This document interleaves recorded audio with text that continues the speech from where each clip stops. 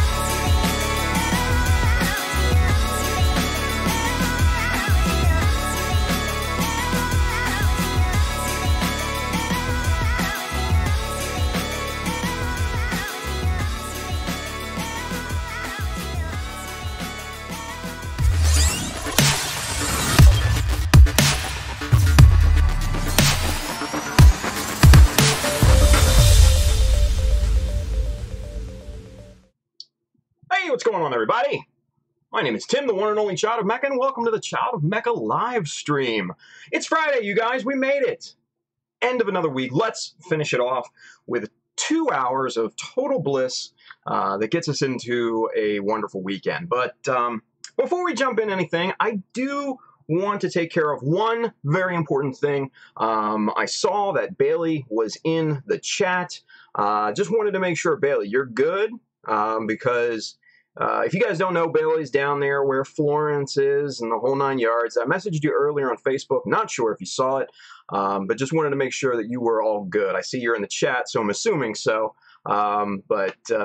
You know, just watching the coverage last night and today, man, it looks like a mess down there. So hopefully everything is good your way, brother, because I was thinking about you a little bit today and last night and all that. Doing good. Awesome. Awesome.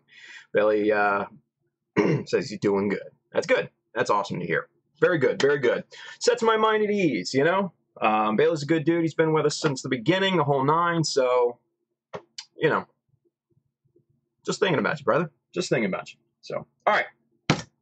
Now that that's out of the way, and we're sure that Bailey's all good, he said storm circumvented the triangle area. Well, that's a good thing, I guess, right?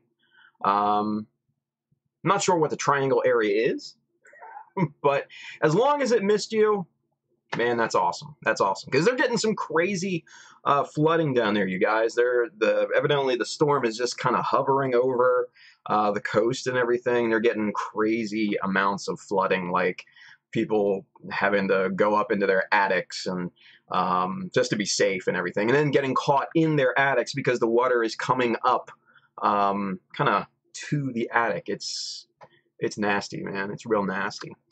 Bailey says, my wife thinks it's very sweet you asked, and thanks for asking. Hey, man, you know, it is what it is, dude.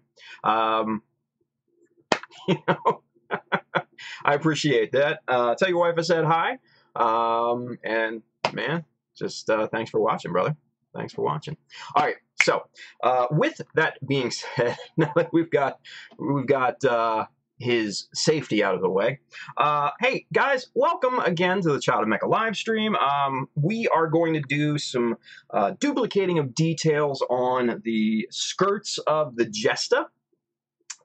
Duplicated all the details that I needed to get done on the shoulders for now. They're not done, but for the most part, those details have been duplicated and they're good, right? So we're going to work on the skirts a little bit tonight. We're going to do a little something different in the beginning of the stream. We'll get to that here in the next few minutes. But, damn it, the model's on the other side of the room. Hey, go and donate to the Gumplets Hawk fundraiser. Jesus. The Gumplets Hawk fundraiser and giveaway. We're going to be giving away a perfect grade ashtray red frame to one lucky donor. And this is open to everybody around the world. Singapore, you got some hurdles to jump, but contact one of us on Gumpa Talk and we will help you through it, right? But everybody else around the world, completely open to you. So there's no minimum, no maximum either. It goes to help a really good charity, the National Alopecia Areata Foundation. And like I said, one lucky donor will win a perfect grade ashtray red frame. 6 other people will win those cool little resin busts from Paint Pusher when I'm on. He's a good friend of ours. He's sending those our way with some nice autograph cards and stuff like that. And we've got some additions coming from our good friend Berkanatir, or Ace Schultz, over on YouTube. He's going to be donating some prizes to the fundraiser as well. So they're just starting to add up. So, man, if you have not donated yet, man, right now is the time to do it. Go and what are you waiting for? Go do it. Go donate. Win some stuff. Donate to charity. Man, it can't get much better. It's a win-win situation for everybody, right? Charities get a good donation.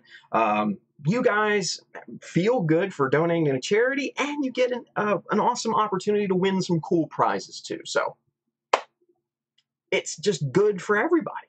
So go donate. All right, so hey, look at this. Rocking the Amaro Red A classic shirt in white. Man, you guys are so, man, you guys need like some light colored shirts, like white shirts, some yellow shirts, get some red in your life. Man, I know some of you guys love just straight like black t-shirts and all that, and you know, there's something to be said about that, but man, get some color in your life. Come on. Just break out of that black shirt mentality that so many of us are in, right? Just show your love for Gundam, man. So you can get this on the Child of Mecha store. Hit up childofmecha.com, hit the store up at the top. You will be transported into a plethora of amazing products, t-shirts, hats, bags, soon-to-be pillows, all that good stuff. Go find out what you want. So hit up childofmecha.com. All the tools and everything that I'm going to be using tonight, most I should say, can be found on the Amazon link just below on the good old YouTube. And that way, look at that, I did it right tonight. So I usually point that way first, but it's that way on Facebook. You're going to find an Amazon link. Check it out. Books are on there for your inspirational purposes. You're going to find all the tools and stuff on there. And you're also going to find most of the streaming gear that we use here to make the magic happen, right? So that's all good there. What else? I don't know. I can't think of anything. Let's jump into it, shall we? The book that I'm going to be showing you tonight is a true classic. This book, dare I say, is one of my most prized possessions. It is. It really is. This, you guys, is the original. This is a first printing edition of Gundam Fix by Hajime Katoki. So, if you guys don't know what this is, you're in for a treat. This is kind of the book that made Katoki kind of a household name in the world of Gundam fans. These are basically 3D renderings, photoshops, all sorts of stuff. This is the book. This is his first book. He had, I think, 3 in this series. This is volume 1. This was the good one, right? So it comes in this amazing plastic slipcover, and you take it out, and you're just presented with this amazing portrait of the original Gundam. And so you can see that. Let's take this little slip off here, because I like to keep everything original on these books, right? So you get this amazing image of Granddaddy Gundam here, and it just gets better from here, guys. It really, really does. This book I do not think is in print anymore, so if you do want to get this, you're gonna have to search for it. eBay, places like that, maybe some secondhand bookstores if you have access to those. But this, like I said, man, this is just such a great volume. So let's go through it really gingerly. And like I said, I've kind of kept even everything, just even the little, I don't even know what this is. It's like an ISBN type of tracking thing that, you know, I find comes on a lot of Japanese books. Kept that. Gundam Fix supplemental. This was just kind of an insert that came with the book. And obviously, you know, you can see all of this is in Japanese. And it just kind of gives some a little bit of background on the works that are in this book. And man, these are pretty amazing. I don't want to bend the pages or anything back, so I will try my best to show off what is in this book. But most of these are photorealistic renderings of Gundam scenes. You've got a nice English kind of foreword by Yoshiyuki Tomino here, right there, the grandfather. It's called Kotoki in the World of Computer Graphics. And it just starts off with this really cool, render of what the inside of a colony would look like. Just kind of a field, and you've got the birds, and you've got this, crazy sweeping, kind of panorama back there because of the curve of the colony, right? So really cool stuff. And then Manny just jumps right into it. So there's the granddaddy. Victory 2, the V2. Super Gundam, the ARC 7-8 with the Super Gundam backpack over the Earth. Wing 0. Man, some of these are better than others, but yeah, it's just some of these are just amazing renderings. You've got the name, you've got the different classifications, you've got the specs and things like that. Then you have the file specs down here, like of what this is. So this is 1878 by 1878 pixels, dimensions, 300 DPI, 22.7 megabytes, and the color mode was RGB. So on the smaller size, really, of computer work, but you're talking about early 2000s here, so it wasn't anywhere near, the file sizes that you get today, right? You got the full armor Gundam on this side, and oh, this is my favorite. This one right here. Look at this guy. That is the Blue Destiny, or Kotoki's version of the Blue Destiny. And I want to get it to where there's no glare so you guys can see it clearly. Look at that thing. That is amazing. Just kneeling down in like a processing factory or something like that. Maybe like a steel mill or something. And he's ready to go to town. And honestly, I based my Blue Destiny kind of off the renderings, this rendering that Kotoki did, because I was just so blown away by this whole thing. It was just really, really cool. This is actually my favorite in this book, for, I think, obvious reasons. And you've got a nice Wing image here with the shadows of the guys, the characters from Wing, Double Zeta. Got this really cool image of the Gundam X here. Oh, this is neat. This is the Gundam Alex, but he's laying down, kind of like in an airport type of environment. It looks like he's getting ready to be shipped out or something, right? So definitely not your normal types of renderings.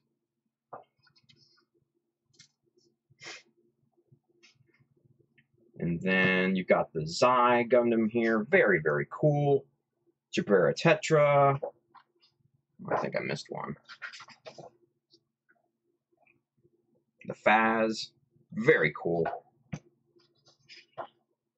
Got the Tall Geese here.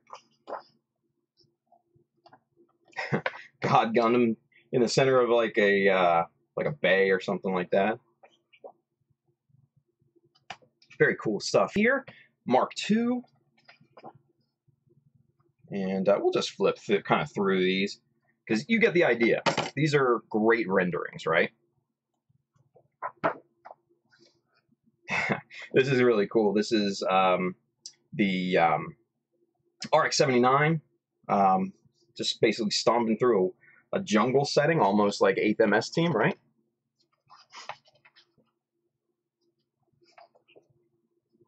And here's a classic one, the new Gundam, kind of in the maintenance bay and all. Gundam Epion. And then a favorite of mine.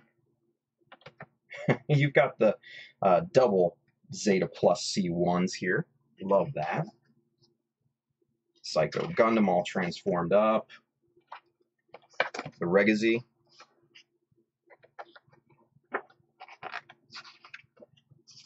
I'll just start to flip through real quick here.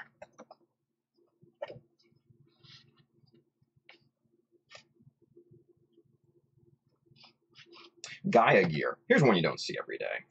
Very interesting. Nice image of the Zeta Gundam in mid-flight. So, yeah, you guys, this is a very, very wonderful book. Crossbone. Nice.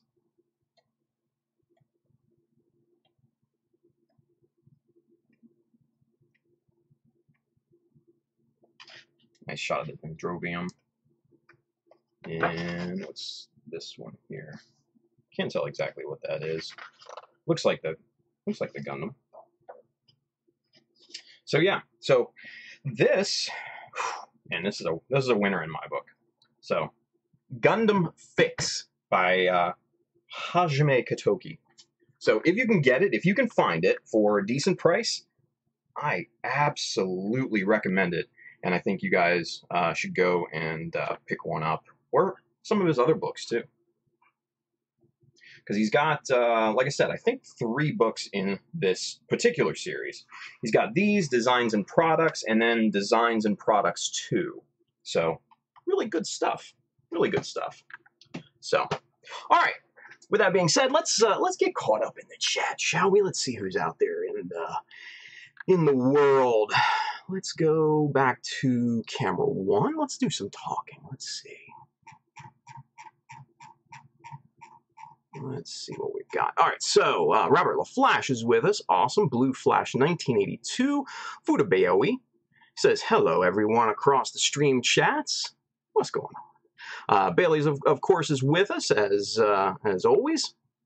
Enrico Asanohashi is with us, checking in from Uruguay. Awesome. Biggie Pauls. What's going on, Paulie? Good to have you. Let's see who else we got. Julius Dembski is with us. No work tomorrow. I can watch the whole show tonight. He says he's all caught up on previous episodes. Damn, dude, that's a lot of watching. Crazy. Let's see who else is with us.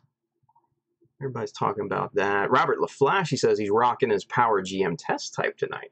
I like that. That's good. Enrico Asanohashi, light blue shirts. Yeah, they're good too. They are good. Robert LaFlash says, that's super hard to find in terms of the book. Yeah, it is not easy to find. That is very, very true. Let's see.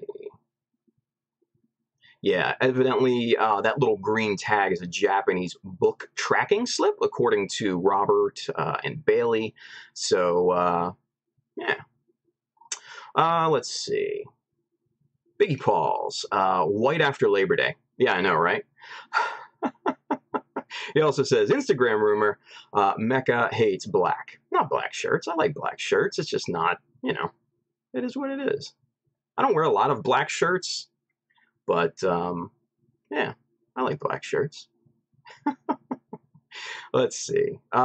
He says, love the shirt. Most of the gear is sweet. Most? Man, come on. Come on, Paulie.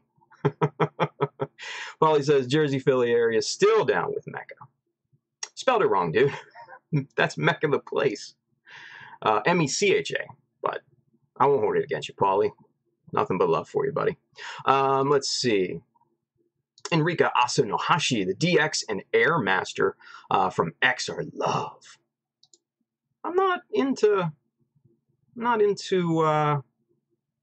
too much of the X Gundam myself, mainly because I haven't watched the series. So, yeah. Enrico Asanohashi also says, if I see a gun cannon, I'm going to scream like a fangirl. Yeah, I don't think there are gun cannons were in there. I don't. Sorry. Let's see. Biggie Paws. Grand Tamino, starring Clint Eastwood. Nice, Paulie. I like that. That's a good one. Just reading up on the Blue Destiny exam mode lore is amazing. Yeah, dude. Ghost in the Machine style. Ghost in the Machine shit. Yeah, I mean, it kind of is. It's weird. It's a weird system. It's a very, very weird system. So, but it is what it is, right? So, all right, guys. Let's do a little talking before we kind of get into building and stuff tonight. All right, so we're going to do a little something different.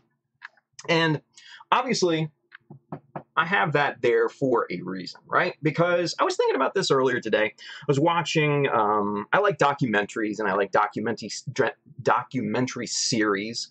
I like one of my favorites is the Seinfeld docu-series on Netflix, Comedians in Cars Getting Coffee, right? And he had a comedian named John Brennan on there, and he's like one of my favorites. He was a co-creator of the Chappelle Show back in the early 2000s, and he's a very accomplished stand-up comedian. He's done writing for SNL and all sorts of stuff, and he has a very wonderful stand-up show on Netflix. If you guys haven't seen it, I highly recommend it. But he, in that, and in the episode of Seinfeld's docu-series, Comedians in Cars Getting Coffee, he talks about, depression and losing confidence in himself, right? And, that's something that I don't think many modelers really think about, is confidence in your own skill set, right? Because there's going to be times, there's going to be probably many times, honestly, where you question your own abilities, right? No matter how high level you are. You look at something that you've done and you're like, is that really good enough? Did I cut corners, or could I have done something better to this part, right? And I've done that many times in the past with different builds, and I still do it currently, right? I'm still doing it here, even on the Jesta and on the GM Spartan. I look at a part and I'm like, did I do the best that I could? Or, man, this doesn't look the greatest, right? So I wanted to talk a little bit about that tonight, and kind of how do you kind of, recognize your own skill set, and how do you have confidence in your own skill set, no matter where you are, no matter what skill level that you're at, right? Because you need to be confident even when you're starting out, because if you're not, how are you going to improve, right? So what I thought we could do is take a look at some of my models, two of them actually. And this is kind of uncomfortable for me. We're going to take a look at my very first kind of, I guess, finished painted model, right?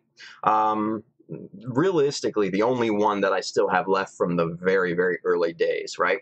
And then we're going to take a look at the Aussie, which arguably is kind of the last model that, I really tried to work on very very intensively. And, I want to kind of show you guys the progression of things and, how to recognize your own progression and to have confidence in that, because that's important, right? So, like I said, every single artist, no matter who you are, we're going to get to the models here in a few minutes, but no matter what you do, no matter what level you're at, what kind of art that you make, you're gonna question yourself, right? You're gonna question your abilities. You're gonna question your work, right? It's a fact of life. It really is. And you look at something and you're just not sure. So what do you do to overcome that? What do you do to, I guess, put your mind at ease, right? You got to remind yourself. Really. And that's what I constantly do. I have to remind myself that, I've been doing this for a very long time. I think I have faith in my decision-making processes and things, all that. But how do you do the same thing when you're just starting out? Well, one of the best things that I've seen is to, contact one of your peers, right? A lot of people come, contact me and they ask me, they send me pictures and stuff. Hey, does this look good? Does this look right? All that good stuff, right? Even today, for those of you that don't know, Pete Billingham, modeler from the UK, really good guy. Love Pete to death. He's a friend of mine on Facebook, and he mods the Gundam Builders UK Facebook group. Studio Draven is his Facebook page. If you don't know, if you don't follow him, go check him out. He's really good. But he contacted me earlier today, and we had a really good conversation, right? He sent me some images of the model that he's working on, and man, the progression that he's made is so good. But he still kind of wonders if he is progressing, I guess, correctly. And I had to remind him. I said, dude, you're doing a great job with this. I gave him a few different pointers and stuff like that, especially about like scribing and stuff. He showed me an image where he is got basically modded a part for the first time. Never done it before, right? And man, it's just it looked really good for kind of a first time modifying a part. He used some of the Chinese little resin details that you can kind of mix and match and things like that. They come in a little sprue. Got them from Taobao. They're interesting. And I think they're a really good resource for people just starting out. But he incorporated them into his current build. And I was kind of impressed by it. I was just like, man, that's pretty good for your first time. And I told him that. And he kind of said, wow, thanks, appreciate that. This is the first time trying it. I don't know if it's right or not. And I'm like, dude, no, I think this was great. So by contacting someone that you maybe see as a peer or maybe like almost like a mentor type role, that will give you that confidence because they'll show you the right way. And it doesn't have to be me. It doesn't have to be, the biggest name out there, anything like that. That's not what I'm saying at all. Someone that you look up to. And it could be someone that you're just friends with, right? Bounce the ideas off of them. Say, hey, what do you think? Am I going in the right direction with this? And they'll tell you straight. If they're your friend, they will tell you straight. And that right there will put number one, it'll put your mind at ease. Number two, it'll get you back focused on the work. And hopefully that will kind of numb that feeling of not being confident in your own skill set, right? So that's kind of the best way that I can, I guess, think of for someone just starting out or trying new skill sets, and just not being sure about it, right? So contact somebody, bounce some ideas off of someone else, because modeling on a one-man island is just not really a good thing. You want some feedback. You want to get some collaboration on ideas and things, right? That's the best way to come up with really great ideas, is to talk it out with someone else and really help get some refinement in those ideas. So, but another way is to kind of look at where you've come, right? So if you're just starting out and you have no point of reference, then obviously this isn't going to be the best thing. But if you've come a little bit, if you've taken a few steps forward, then retrospecting back to kind of where you came from and what you've done in the past compared to what you've just done recently can be a huge confidence builder. So let's pull out, this is, this is rough, you guys. This actually sits on my little photo booth in the corner of this room, right? And it sits on the top, it collects dust, and it reminds me of what, basically how far I've kind of come in the hobby. And I'll get the camera down so you guys can take a better look at this and see this this thing, because it's rough. It's rough. We're talking like, I want to say 2001, sometimes around in there. Yeah. So let's get the camera down. Let's go remote here. Woo, there we are. And there it is right there.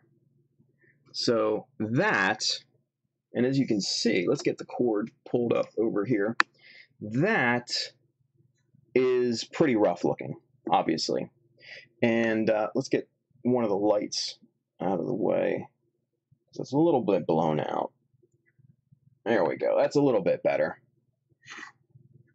You can kind of see all of the panel lining, so to speak.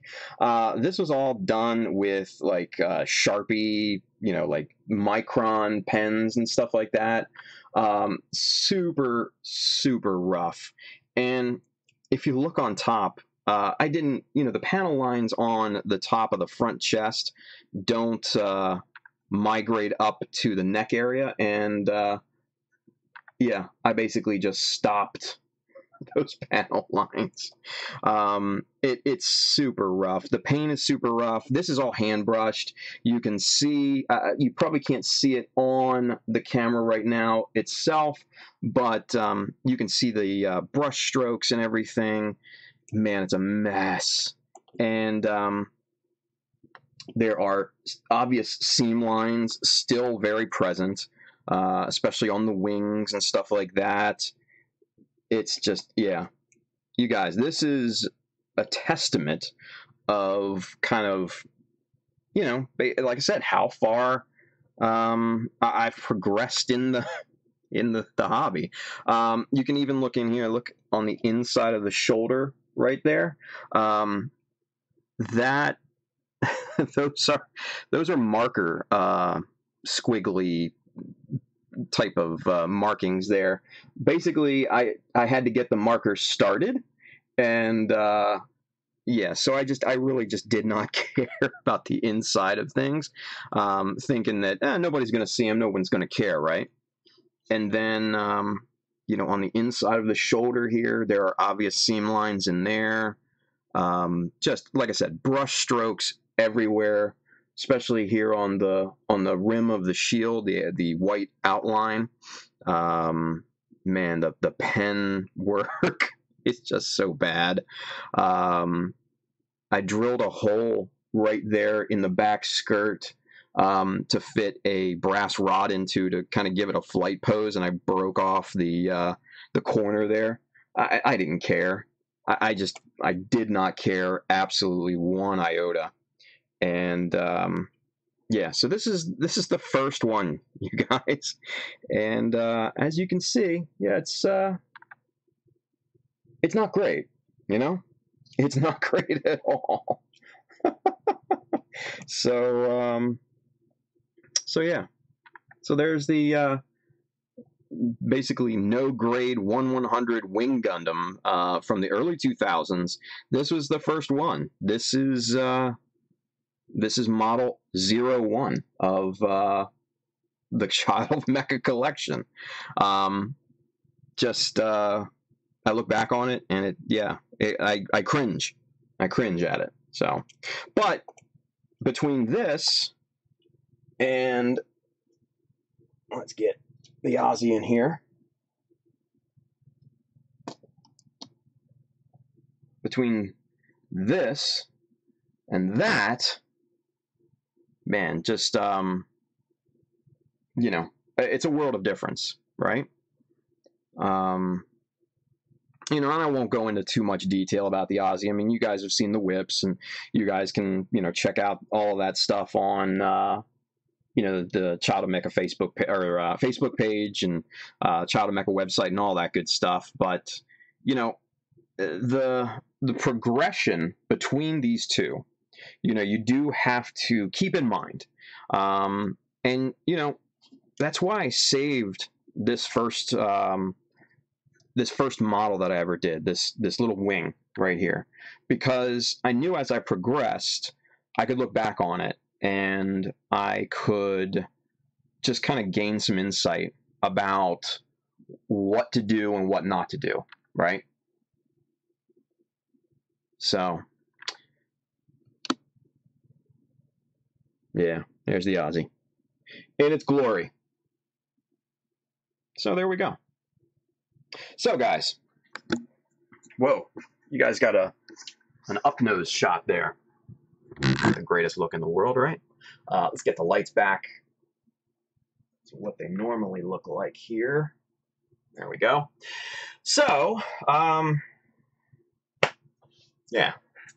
If you're not feeling overly confident about what you're doing, man, just reflect on what you have done and what you're doing now, and, you know, try to take confidence in the steps that you've made, the dedication that you've applied, and just keep in mind, man, just like I've said before, just keep grinding at it. Just keep going. Just keep pushing, right? Because that's the best way to just continue to proceed. So there you go. I'll get off my soapbox now. So hopefully you guys kind of enjoyed that, you know, kind of little philosophical break from the norm. But you know, I truly believe that we as modelers, as artists, because we are artists, no matter what anybody says, we are artists. We need to be cognizant of our own skill set and our own confidence levels, so that we can achieve our potential, right? So that's the name of the game. If you're starting out, man, it's hard to see past your own lack of skill sets, right? It's hard to see the future of, like, man, you know, if I could only do this, you know, and it's so incredibly difficult.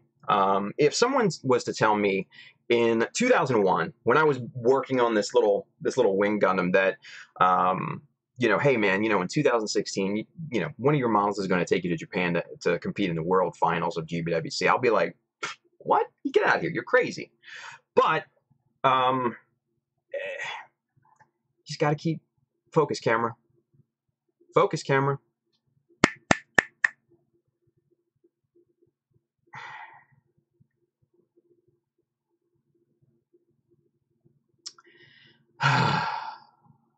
I'm going to kill this camera. I am. Anyway, keep at it is what I'm saying, guys. Keep at it. Be confident in yourself. Be confident in your skill sets, especially. So, Child of Mecha tip of the day. Bada boom, bada bing. All right, so let's get caught up. Squee. Thank you. Alexa, focus. God, I wish. Oh, man, I do wish. I do wish I had that ability to tell the camera to focus like Alexa does. But man, we got some good people here in the chat. Let's catch up with everybody, shall we? Let's see.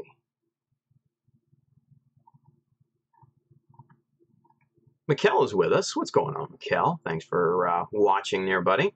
Bailey says, I was able to get back into the hobby because of the community here and being able to talk ideas and techniques with builders here and online. Yeah, very important, very important.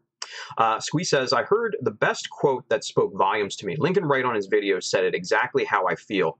If you build the same thing over and over, that's not really improving. You should try to improve and try new things on every build. That is good.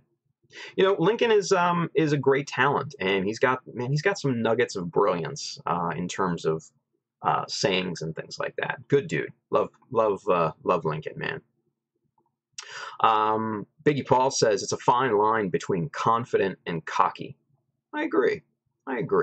Chris Wu is joining us. He says, hello, Tim. Hey, hello, Chris. Thanks for joining us, buddy. Let's see. Nice high-grade wing Gundam. That's from Bailey. Yeah, no, it's really not. It's really not. Enrika Asanohashi says, I always try new stuff in my builds. I never do the same stuff twice. It helps improve and build a style. Absolutely. Absolutely. Legendary Collector is with us on YouTube. He says, hi. Hello, Legendary Collector. Iris, Mrs. B. What, Iris? She says hello, or hi, Tim. That's awesome. Iris, thank you for watching. I saw that Barack is, I guess, away on business. He posted that on Instagram earlier today. So Iris, I guess, is nice enough to watch our little show. So thank you for watching, Iris. That's very nice of you.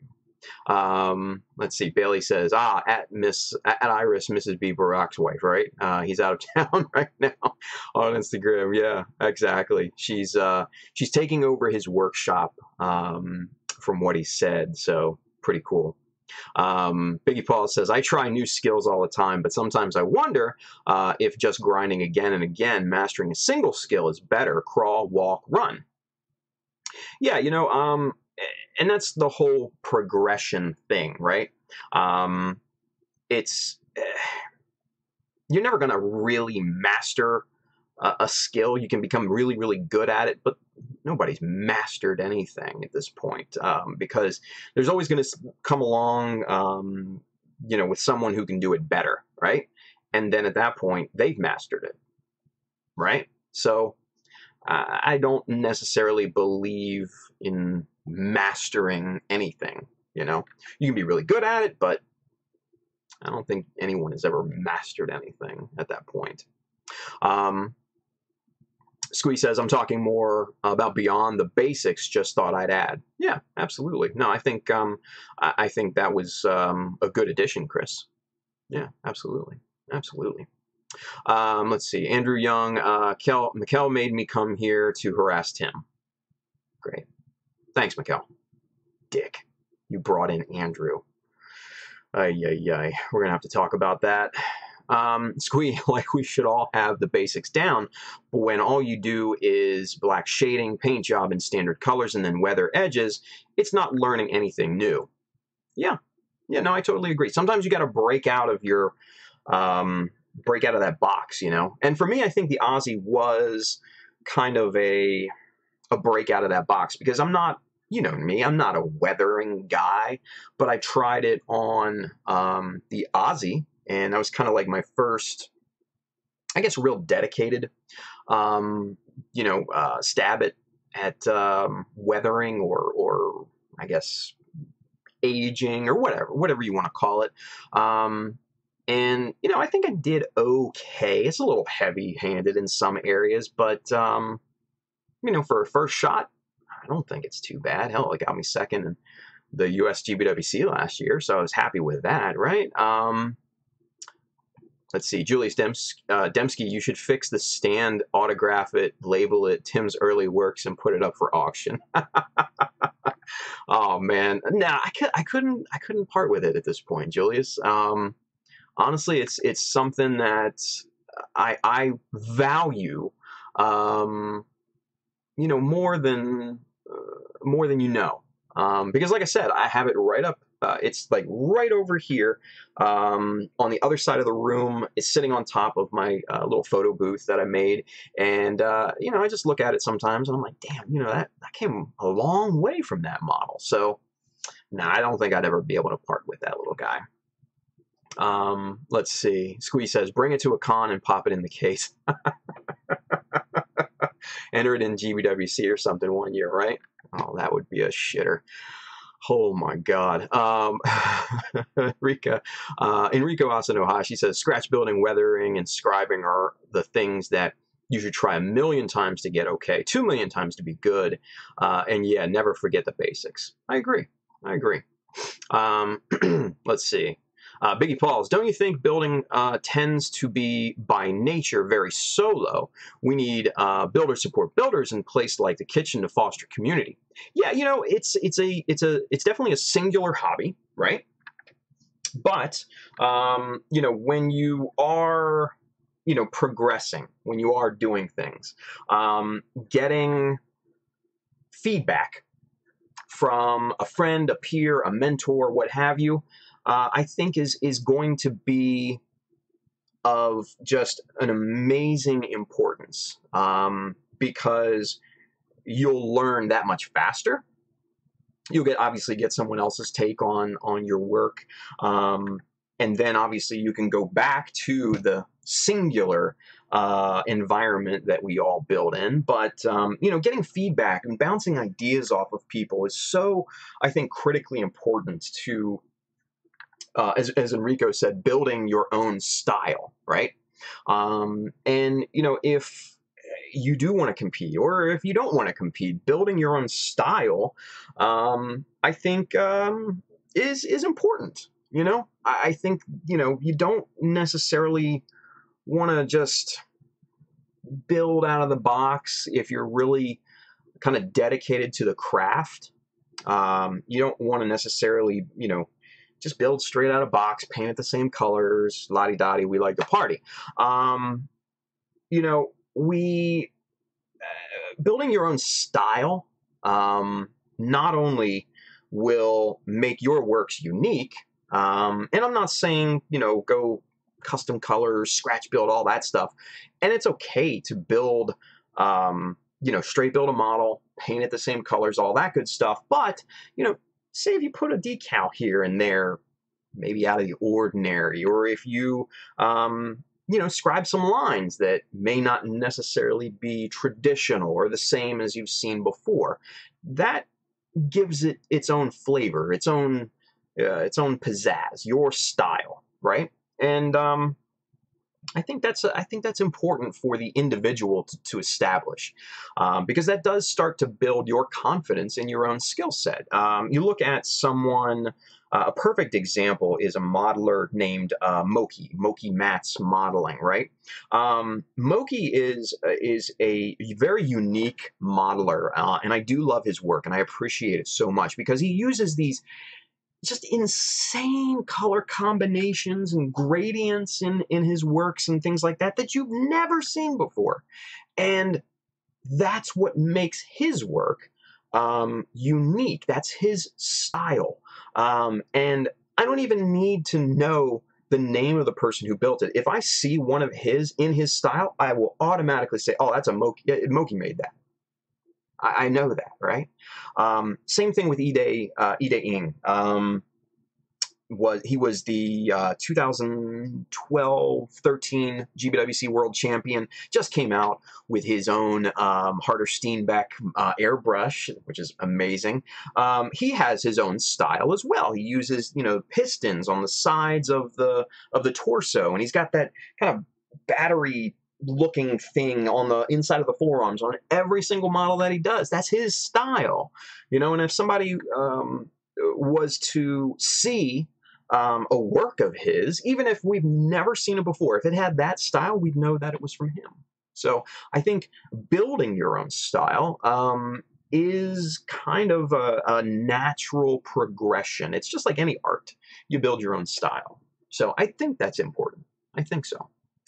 Chris Wu says, yes, we need to believe our own art creation in order to let others believe us. Damn, that's insightful. I like that, Chris. That's a really good thought. I like that. Biggie Pauls, by the way, thanks for support on the Indiegogo / Gundam Kitchen support. Building community is so huge. Absolutely, man. You know, I love the kitchen, dude. Come on. And for those of you that, I think I've said this on a couple streams, the Gundam Kitchen in beautiful Blackwood, New Jersey, they're having a little Indiegogo campaign. They're trying to raise some money for the new shop that they're moving into. I think that's either the end of this month or the end of next month. I don't remember which. But Irad, great dude up there. He, you know, they put on the Gundam Kitchen After Dark show, the sales show. That's amazing. And you guys can get on there, buy Gundams, or just watch them shoot the shit. And it's really entertaining. They're raising money. If you can, go ahead and donate to them too. It's they're a good cause, and I really like that shop. And I just really like the people up there too. So yeah, I donated. So I thought it was worth. it. So thanks for reminding me of that, Paulie. Appreciate that, buddy. Billy, that's the message here, folks. Straight from Tim. Got to keep focus, camera. Yeah, I know, right? Fucking camera, dude. Andrew Young says, I missed actually cool stuff. Damn it, Mikkel. We're so going to have to talk about you telling him to come in here. All because I decided to be a good student and do homework. He says I blame Mikkel for harassing me to get on YouTube to harass him. Oh my. Anyway.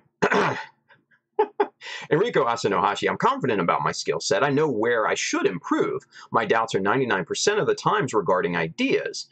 Sometimes you know how to scribe, but you can't come up with the shapes that look good on a part.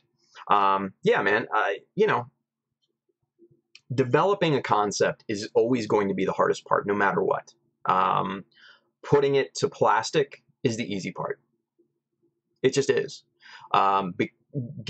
Basically, coming up with a concept, you're just never sure, right? You can draw on a part 40 different times, and if you're still not happy with it, you know it's going to be shit, right?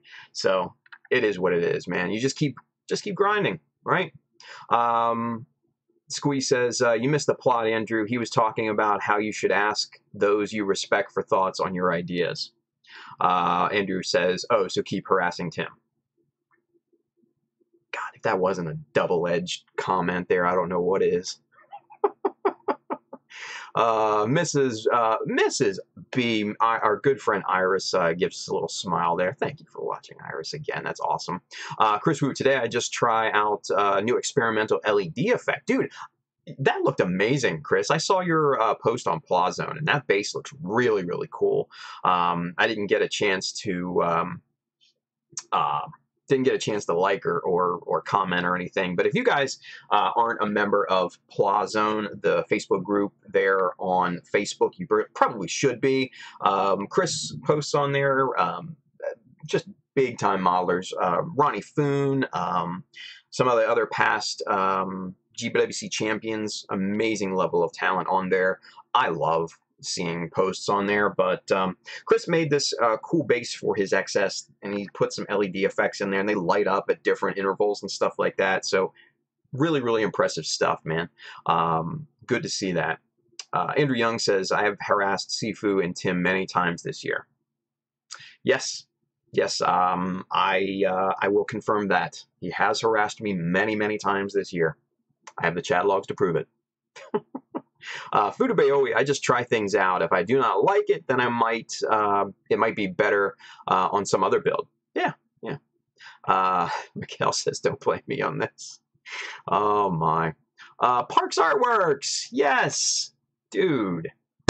Hi, Tim. Greetings from Indonesia. That's awesome. I think that might be Adri. Adri, is that you? I don't know if Parks Artworks was Adri or not. But guys, for those of you who don't know, Adri was the 2016 Indonesian GBWC champion, and man, his work from that year was just absolutely amazing. It was this crazy looking tan, brown, gold wing with these master grade wing with these amazing wing kind of things coming off it, and it was absolutely one of my favorite pieces that year at GBWC. I just oogled over it, you know, when I was there staring at the other participants, and man, just so good, so good. If you guys don't follow him, definitely hit him up on Instagram, and I forget. Oh God, I forget off the top of my head what his Instagram is. Shit. Adri, if that's you, man, remind us, buddy. Mikhail says, jaw dropped when you weathered that kit, Tim. Yeah. I thought it did okay, you know. Julius Dembski, my favorite part of modeling is airbrushing the kit. However, I'm learning and have many hurdles to overcome with that. Yeah, dude, just keep at it. Just keep at it, man. Bailey says, very easy to get heavy with weathering. It's a real less is more technique. Absolutely. Astrea Kai is with us, checking in over there on YouTube. Fudabe always says, oh, Nito, I will have to let Moki know he was mentioned. Yeah, no, Moki's good people, man. I like his works. Oh, cool. Parks Artwork. Awesome. Adri is one of his team. I'm only his mentor. But hey, that's still awesome. I love you guys. You guys make some kick-ass models. Parks Artworks over there on Instagram. Check that out because really, really good stuff, man. I love you guys' works. They're really, really cool. So, man, thank you for checking out. Thank you for coming on by and watching. That's really cool, dude. Let's see.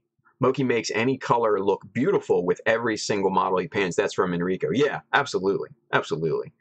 It's so unique, his works, you know? And it's just that finding your niche. Finding your little niche, man. That's all it takes sometimes, right? Wobish442 says hi over there on YouTube. Hello, Wobish. Wobish.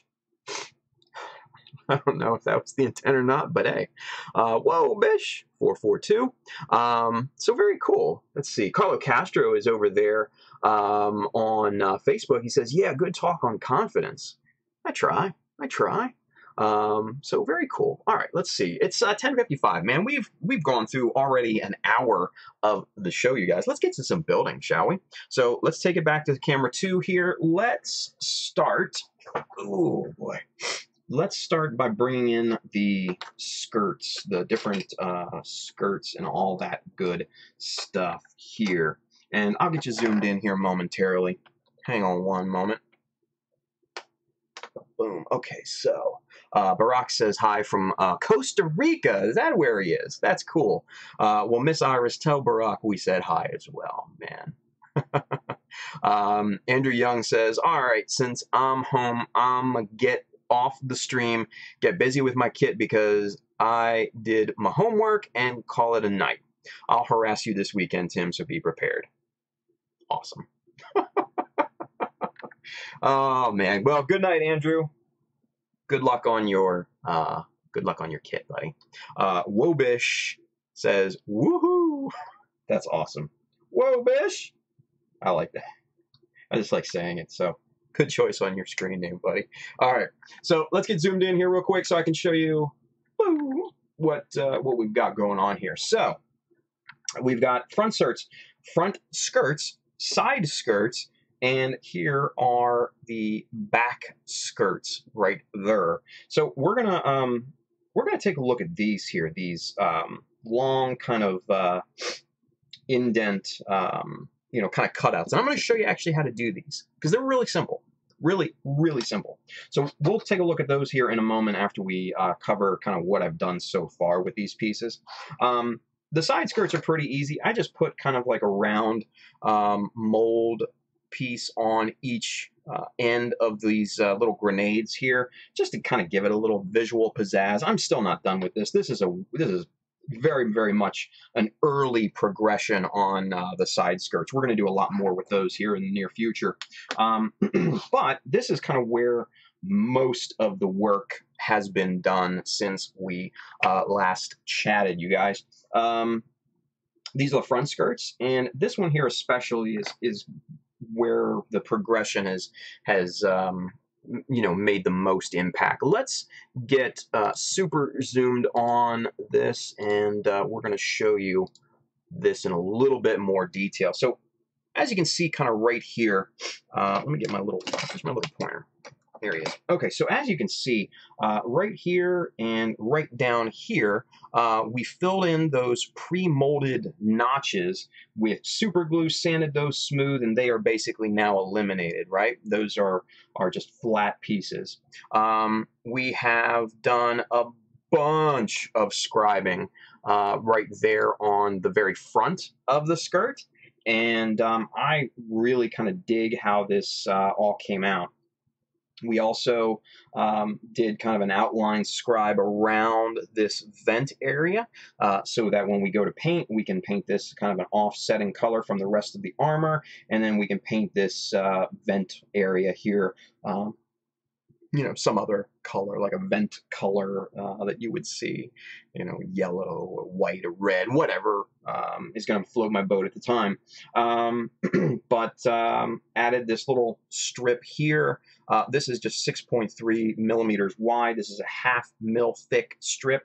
Little bevels at the bottom, and we gauged this angle here on our angle gauge, and I'm going to show you that in a little bit as well, how to get a perfect angle for this, because if you just try to just wing it and just kind of cut randomly, it's going to take you so much time. It's so much easier using an angle finder and doing it that way, right? Bailey says, what did we call this in an older stream? Detail porn. Yeah. Yeah. Very X-rated stuff that we're going through here right now. Yeah. So on top here, you can kind of see I just added some plating, just some strapping style plating around the top here, and cut this angle here to match this angle as well. And this is about a 1 millimeter offset all the way around the top and the side there. Still a few things that I want to do to this. Obviously there's no notches yet. That's going to be one of the last parts. I want to add a couple things on here, and then maybe some notches down here on this ridge, but that will obviously come later, right? So let's get out of Super Zoom, and we're going to jump into showing you how to achieve those these guys here, these kind of long oval indents, right? Because these are very common aesthetic cues on Gundam, designs and things like that. If you look at the front skirts here on the GM Spartan that I'm doing, you can see those same style indents there. Very, very, very common aesthetic across the Gundam pantheon, if you will. So let's jump into that. Let's try to replicate those, shall we? All right, so first things first, we are going to start off with just a little piece of scrap plastic, right? This is going to be our base. This right here is going to constitute this overall shape of this plate, okay? So we just need to kind of come up with, a design. So I'm just going to kind of clip some different angles here, and this is just very arbitrary. This is nothing, really all of that difficult or interesting or what have you. So let's see. Okay, so there's our plate, right? There's where our theoretical shape is going to end up, okay? So first things first, let's get this sanded down so I can draw on this a little bit. So this will take the pencil lead a little bit easier. Okay. All right, so now that surface is nice and clean. Now, what we're going to do is to figure out where do we want this, this circular indent style detail, right? I mean, you normally see it in a diagonal kind of orientation, but that doesn't necessarily mean that you have to keep it like that.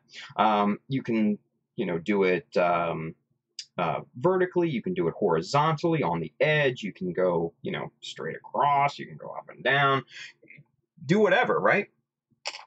For our purposes here, though, we are going to make this kind of a diagonal style design. Now, what I really like to use is this tool right here. This is a metal protractor or an angle finder, and you can get this on the Amazon link in the description as well. These are very inexpensive, but this is a very, very valuable tool to find perfect angles, right?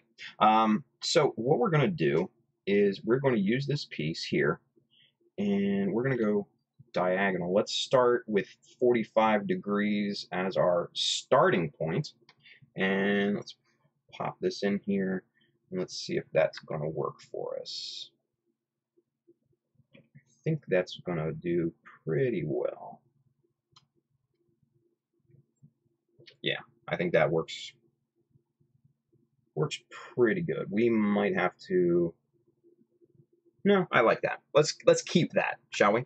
All right. So since this is our center line, what we're going to do is we're going to offset some lines on here a little bit before and a little bit after that line. So we're going to kind of eyeball this here. We're going to make another line about 0.5 millimeter away from that side, and we're going to draw this back, and we're going to do another one about 0.5 millimeter on the other side. So now what you've got is you've got kind of like a 1 millimeter stripe here, if you will. So what we're going to do is just kind of put some ends on this thing, just kind of draw those curves in. And this is basically just conceptualization, okay? And that's basically what this piece is going to look like once we get this all done, okay? So we know that this is 1 millimeter in width, this indent. So what I like to do is start with either 0.5 millimeter plastic or 0.3 millimeter, 0.25 millimeter, whatever you might have at the ready. I like to use 0.5 millimeter simply because, you know, that's just kind of the width, and it gives a nice thickness to the indent, and that's what we're going to be using. If I can actually find some of that here, actually right here, bingo. So here's a 0.5 millimeter scrap sheet that I have. So we're going to put this off to the side. Let's do some measurements real quick. What we're going to do is measure end to end, and that looks to be 12 millimeters. Okay, from tip to tip. That's what we're going to go with. Now, what we got to do to get the center point of each end, because we're going to be drilling those, we need to subtract 1 millimeter from that, because there's going to be 0.5 millimeter on each side, come in from that. That's going to be your center point of your holes that we're going to mark. So we need to put the base off to the side, and then we're going to, and just kind of randomly anywhere on this sheet, I'm going to start like right here, make your first hole. That's going to be your center point for your first hole. And then you're going to measure 11 millimeters from that, which is going to be right there. That's going to be your other center point for that hole. And there they are. Okay? So these are now 11 millimeters apart from one another. Okay? So that's where we're going to drill. So since this is a 1 millimeter indent, we need to grab a 1 millimeter drill bit. Okay? And it just so happens that mine is still equipped in one of my pin vices. All right, cool. So there's our 1 millimeter drill bit, right? So we start on the hole that we popped in there, and we just drill that through. Real easy. Do the same thing to the other side.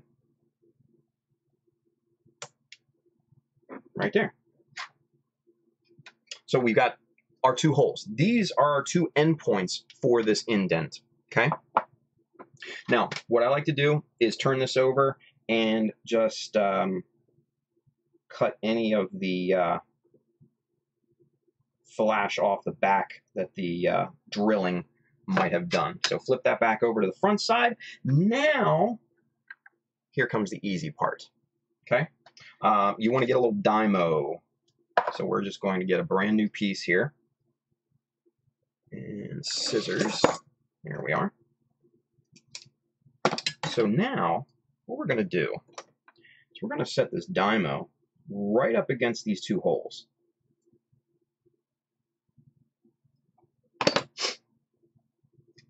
Okay. Right up at the edge.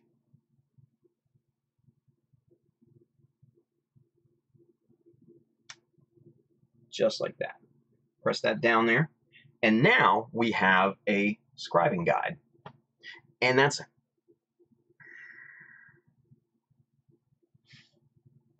There we go.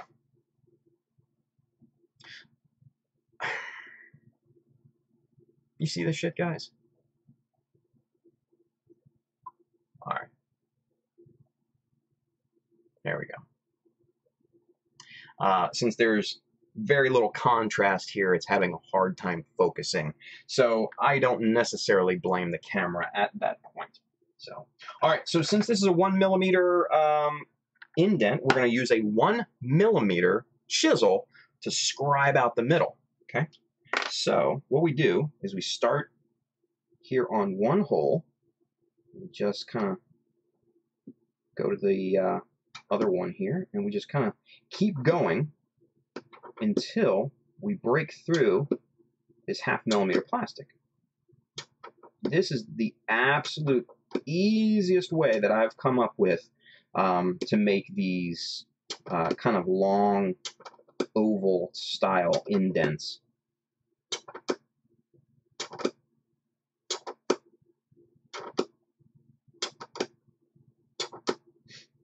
I've seen people drill a ton of holes across the length of what their indent is going to be, and man, that just is an absolute waste of time.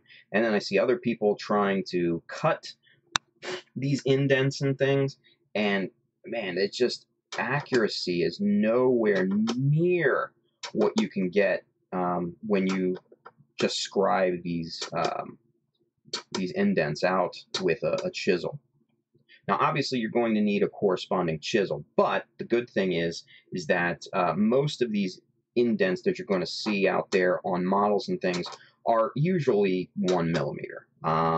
Sometimes they'll be bigger. Not many times will they be smaller than 1 millimeter, though. So I like to use 1 millimeter. That's just kind of a comforting, nice looking width for these. And, all right, we're almost through. Yep, there it goes. Now it's starting to break off. And a couple more passes, and it looks like we're through. Cool. All right, so now we just take our chisel, just kind of clean up any of the unevenness in here.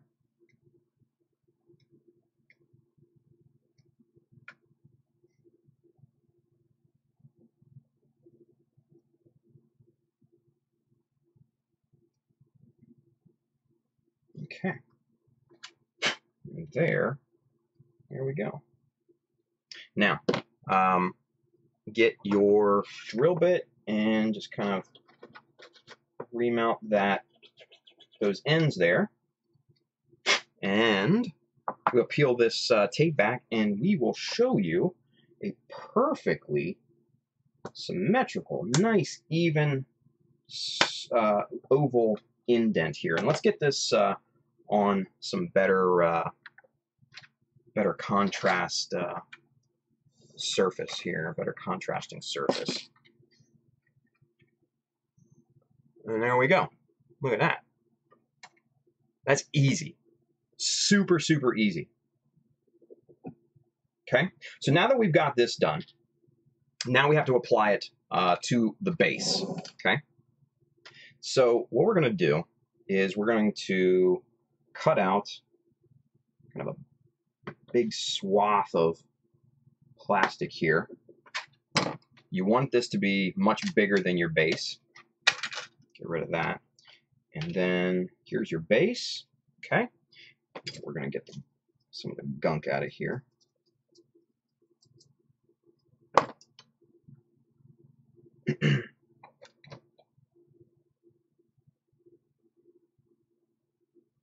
Okay, so there's your base. There's your base. There's your indent piece. So now all you have to do is line this up just like that, and then that is where you're going to glue down. Really, really simple, right? So for this, what I'm going to do is I'm going to use a bit of super glue just to speed up the process, right? What I would normally do is use Tamiya Extra Thin or Plastic Magic or something like that. Now, you want to be careful. Don't get any glue on the inside of this this indent area, because you want that to be super clean, right? You just want it on the outside. You want to basically just spread it around the outside of this piece. Okay, so we got this super glue down on this piece. Hopefully it doesn't get stuck to my fingers. Right there. Okay, now comes the tricky part. And this is why I like to use Tamiya Extra Thin, because you have a little bit of leeway with this. So come in from the top, go very slowly, and lay it down right on your design. Okay, press that down. Now, obviously, since this piece is bigger than the base, we can trim that perfectly around the base, and you'll get that nice little indent detail. So let's start doing that, because this, since it's super glue, is already set up at this point. So we're just going to cut off the huge pieces of excess here, and then we'll do some detail cutting with the nippers. We'll get this nice and flush.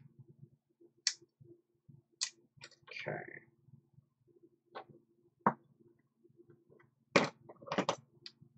All right, so there's that.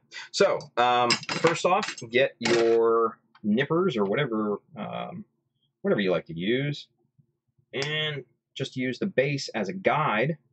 Run your nippers along there. That will cut this pretty much flush to the piece.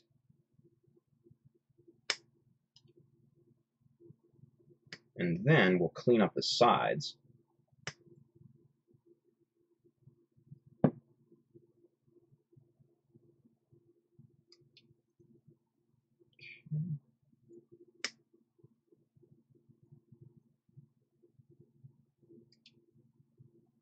Okay, so we've got the most of the excess cut off at this point. Let's flip this around, and that's kind of what your piece is going to come out and look like at this point, right? So, one last step to get this into kind of a final stage, if you will. We just need to even up the edges. So you can just do that with a file or a sanding block, or if you're comfortable with your knife work, you can do it that way as well. I'm just going to quickly sand this down with kind of an aggressive grit on my sanding block here.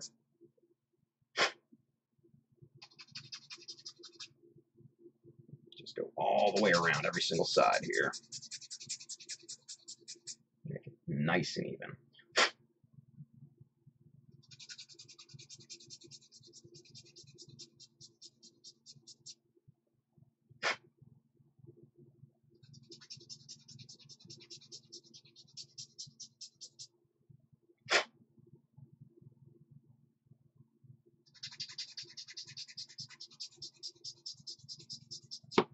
Okay, so there's your finished piece.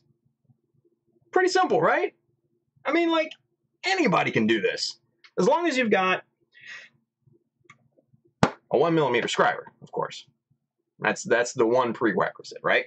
So, but this is a very, very easy process. It's a nice look to it, because it is a common aesthetic that you see in Gundam universe designs. Like, you can kind of see what I'm doing here. This is the back skirt of the Jesta, so I made this top plate, and then I made the little oval indent here, and then I beveled all around. And you can bevel this piece as well. You can just bevel the sides or what have you, and that would be super cool. You can add little little strip details down here, or maybe some minus molds or something like that. Maybe drill some holes to simulate kind of the bolts and stuff like that.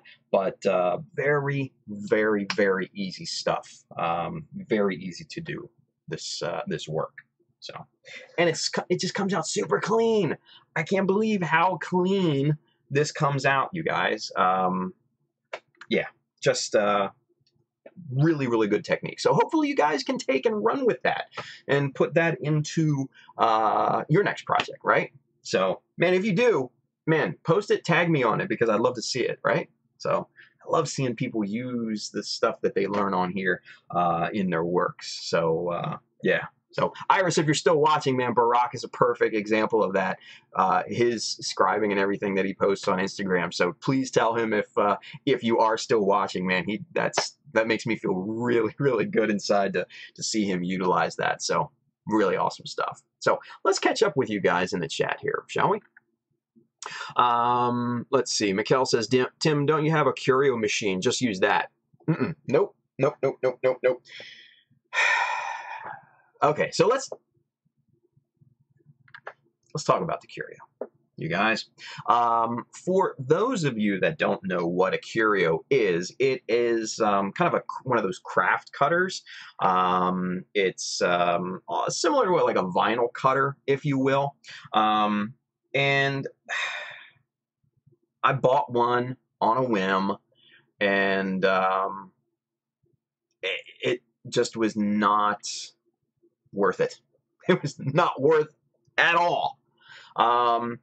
You know, from what I've seen, you know, people use it for, they used it for making these intricate cuts and things like that. And, you know, people said, you know, that you can get just like these super accurate cuts and all this and all that. And man, I tried it. You can't. It doesn't matter. You cannot. You can absolutely not. Oh, cool. Iris is with us. Cool. Yeah. Please tell Barack that he makes me feel good every time he posts something that you know, he's seen us do on here. So it's good stuff. It's really good stuff. So but yeah, so back to the curio, man. It'll cut, but it won't cut through. Like, it'll cut maybe 0.3 millimeters thick, but it won't cut 0.5 millimeter thick. It'll kind of scribe lines into it and everything, and it'll do the same thing with like 1 millimeter. Even with the deep cut blade that's supposed to go through 2 millimeter thicknesses, it just won't. Even through multiple passes with this thing, it will not cut over 0.3 millimeter. 0.2 is best. Yeah. You're not going to get anything thicker than that cut on that machine. It's just not going to happen, no matter what anybody says. You can take it through 100 passes on the same design, and it's not going to cut through. That knife will bottom out on the edges, and it'll just come out looking like crap, right? I don't know if this is going to... No, fuck it. You guys won't see that. But this is actually... this was a test cut through the curio, and I cut out the letters, or tried to cut out the letters Sinanju right here, and there's a Titans logo right here, but obviously through the contrast on the camera, you guys can't see that. It would be impossible, right? Toa Sky, new follower, thank you. That was awesome of you. Thank you for joining the family. I hope you enjoy your time here. Thank you for watching. That's awesome. So yeah, so curio is not going to cut through anything over 0.25 millimeter. As Mikkel said, you know, maybe 0.2, maybe 0.3 at most. It was just a super waste of money, and I feel bad about it. I regret the decision, because it just collects dust out. It just collects dust out in my office area, and every time I look at it, I just kind of like... But we have used it for other purposes, so it's not a complete waste. We've used it for some of my daughter's costumes and stuff. She's dabbles in cosplay, especially when we go to like conventions, and obviously around Halloween time, she's super, super into that stuff. So we have used it a little bit for those purposes, but overall, yeah, it just sits there and collects dust, and it's just a big, big regret. One of very few that I've made in purchasing tools for this hobby, but yeah, that's a big one. That's a big one. What are you going to do, right? What are you going to do? So anyway, that's my 2 cents on the curio. Let's go back and take a look what other things that we have here. Bailey says, the less holes you have to drill, the better. Yeah, absolutely. So you only need, like I said, you only need 2 holes with this, the 2 ends, the 2 rounded ends, and that's it. So can't get any easier than that, right? Julius Dembski says, man, every time I watch the show, I end up buying another tool.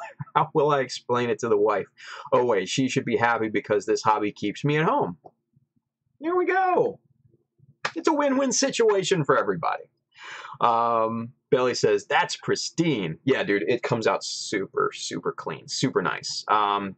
Bailey also says, what thickness were these sheets again? Ah, good question. Let's go back to 2 camera. Bada boom. So the base, the main thickness was just 1 millimeter. That's just kind of what I had lying around. You can actually do this right to the plastic, like I did here on the Spartan. But the top thickness of what I actually drilled and scribed into, that was 0.5 mil. You can use 1 mil, you can use 0.3 mil if you want. It's whatever look that you want to achieve at that point, right?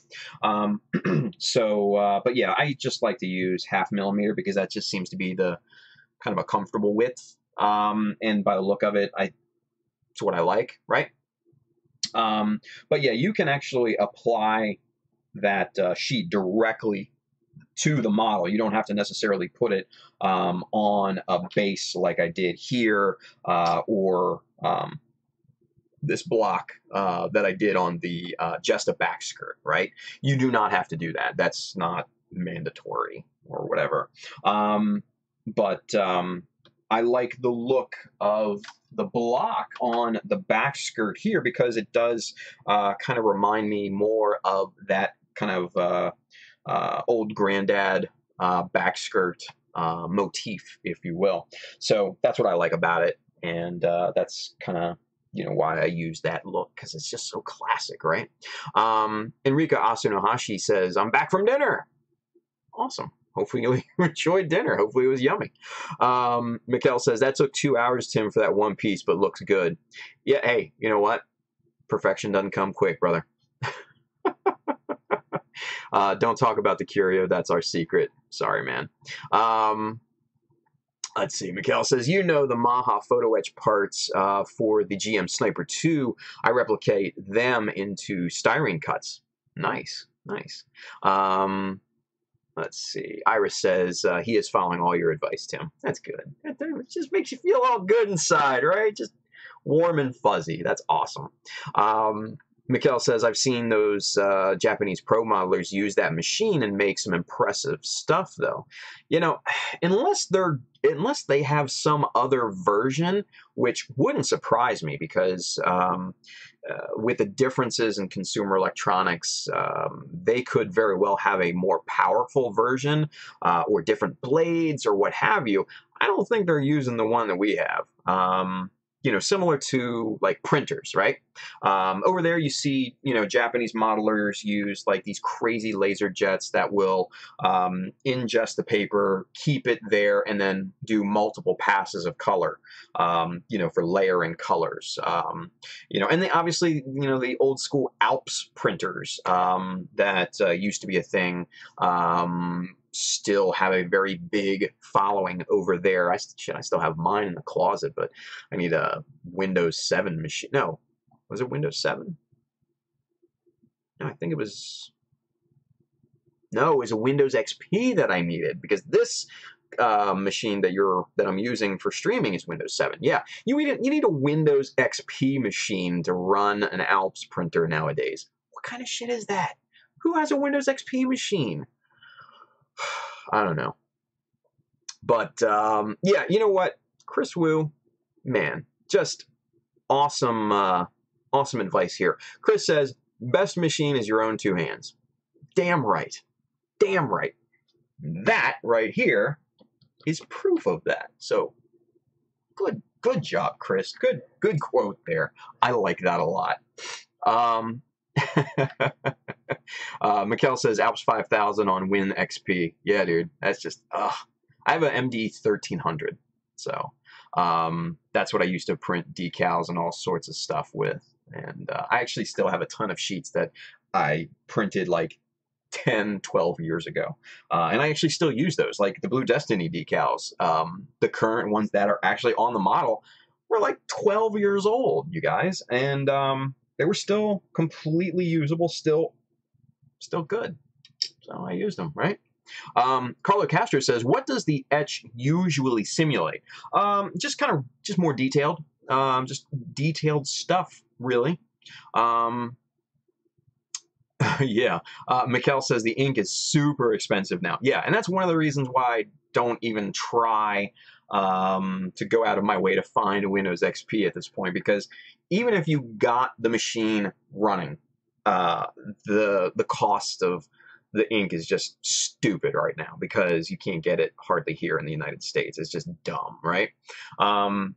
They do make inkjet ink that is white that you can use, and I've got a friend that will print those for me, and I've used those style decals on the Aussie, actually, the white decals on the shoulders and other places. Those are LaserJet white ink decals that I had printed for me, and those work pretty well. The saturation of the white is not exactly where I would have liked it to be, but it's still good. It's still custom, right?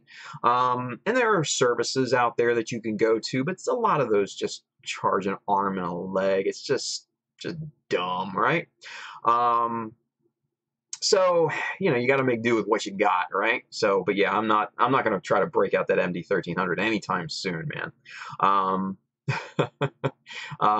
Miss Iris says, can you give shape ideas for Zaku's? It is totally different. Yeah, Zaku's are very curvy.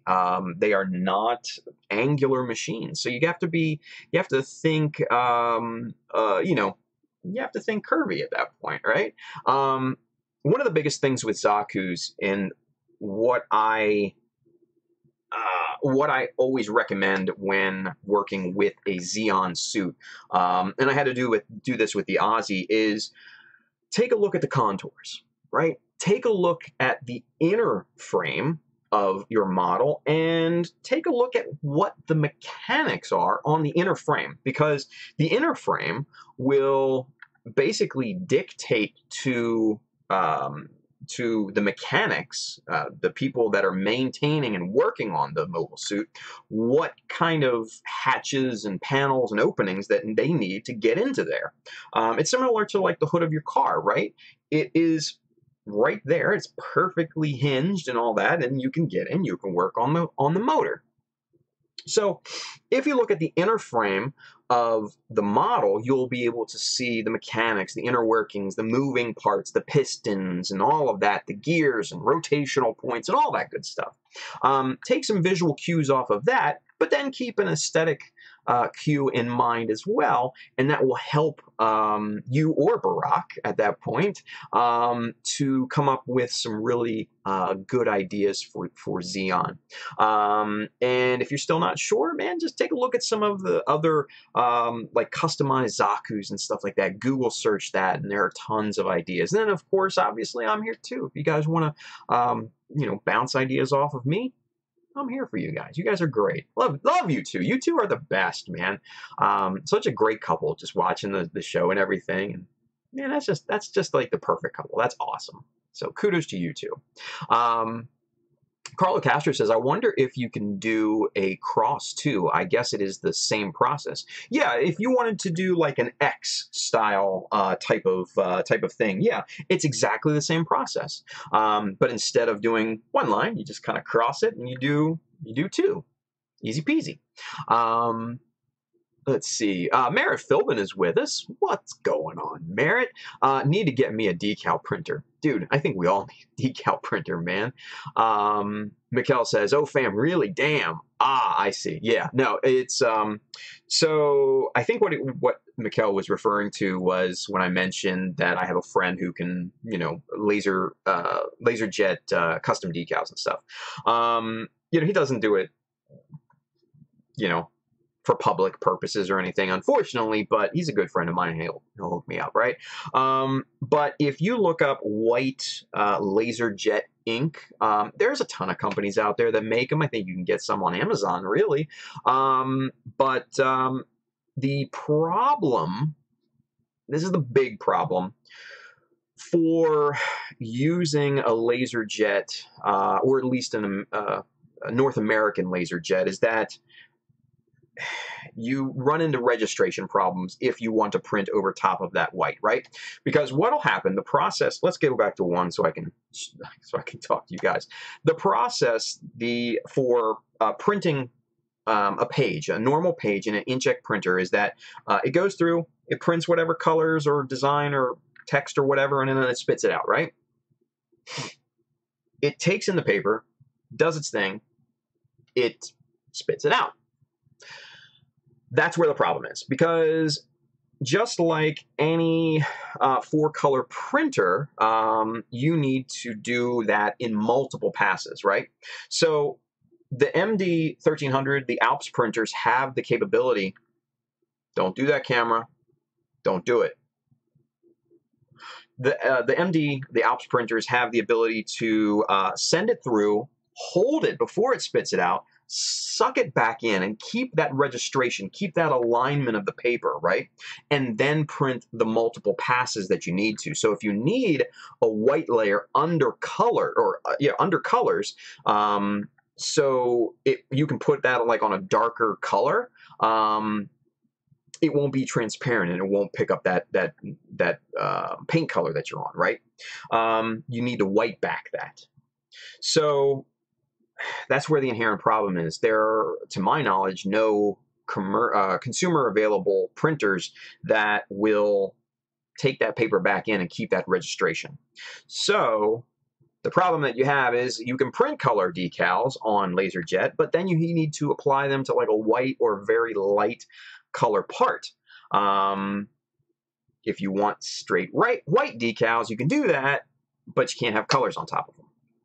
So that is a major, major drawback for consumer-based LaserJet decal printing processes right now. I have seen several Japanese modelers that have LaserJets that have that capability, but for the life of me, I just cannot find any here in the U.S., which sucks, because I would pay a good amount of money for those. You know, I'd pay a few bones for them. So it's frustrating, right? Because basically you would need to import a freaking Japanese printer. So, you know, it is what it is. Ron Art is over there on Facebook. He says, "Good day, everyone." He says, "Just wanted to ask, but have to watch later for the reply. What do you guys do with the glue marks after adding some plot plates? Are they even noticeable once painted?" Some are. Yeah, some are. And that's a very good question there, Ron. What I like to do is take my hobby knife and just kind of trim that back, let the surface kind of dictate where your knife will ride. You know, let your knife blade ride on that surface, and then it'll just kind of lightly scrape up those glue marks if they're really nasty. If they're really thin or whatever, I'd probably just leave them there. You can do maybe like a light sanding to knock down the edges or something like that. But for really atrocious things that kind of, you know, like squeeze out and stuff like that, yeah, you'd probably want to trim that with a hobby knife. So great question. Great question, that. Let's see. Let's scroll back up for you guys here. Bailey says, yeah, Xeon aesthetic is pretty different from your typical Fetty MS. Enrica Asanohashi says, also, Zaku's do have some flat areas. Make the most of them. I agree. But especially for the legs, like the lower legs and stuff like that, you do need to kind of think outside the box on how to utilize those curves to your advantage. I've seen a bunch of people online do this kind of this dual kind of door, this kind of split door action on the back of the calf that just basically opens like this, which you can do in a ton of different designs and stuff like that, and I really like that look a lot. So those are some things that you can do, right? Let's see. The tricky parts are the legs and the head. Yes, absolutely. Pinterest has a lot of Zaku customs. Miss Iris says, thank you. You're very welcome, Iris. Thank you again for watching. Bailey says, yeah, scribing the master grade Zaku head and thighs was a real challenge. Enrika Aso Nohashi says, yeah, I built a high-grade HGUC Zaku 2 earlier this year. I didn't intend to do a lot of scribing, so I kept most of it in the front skirts and chest. I did some on the thighs, but they were vertical, so it was easier to come up with. Yeah, that's... It's tough on curves, man. Really tough. Bailey says, also check out the scribing theory episode of Gunpla Talk. Tim discusses referencing the inner frame in greater detail and Josh's demos design and techniques too. Yeah, that was a good episode. I like that episode. Me and Josh just kind of went off because we're geeks when it comes to that stuff, you know. So Enrico says, yeah, that was great. So yeah, I thought it was pretty good. Ron Art over there on Facebook says, thanks a lot. You're welcome, Ron. Good question too, by the way, buddy. That was good. That was good. All right, so let's bring it back to camera 2. Let's take a look at the front skirt. And like I said, I am going to show you guys real quick the wonderful value of one of these guys, these metal protractors, these angle finders, right? Now, this is just a general, that's the brand name, general metal protractor. These are, I think, $8 on Amazon. Super inexpensive and very, very useful, especially when scratch building, adding designs that you need to replicate on different angles and stuff like that. Or trying to find a weird angle right here to cut your styrene strip to make it parallel with this edge. So what I did, let's pull out the unfinished piece first. So what we need to do, this is going to be our flat edge here, obviously. This is going to be our 90. We need to find, in relation to this angle right here. Okay, so what we do is we take our, let's zoom out a little bit so this gives me a little bit more room to demonstrate this for you guys here. Let's go right about there. I think that'll work nice. Okay, so what we do, cool, and we take this and we butt this right up against the piece like this, right? Nice and flat. And then we have to obviously move our swing arm back to where that angle is. Now, if I remember correctly, this was around 70, I think. Let's see. Let's see how that looks. That's super close, but that's not there. That's not perfect. That needs to go up a little bit. I think it was 71 degrees.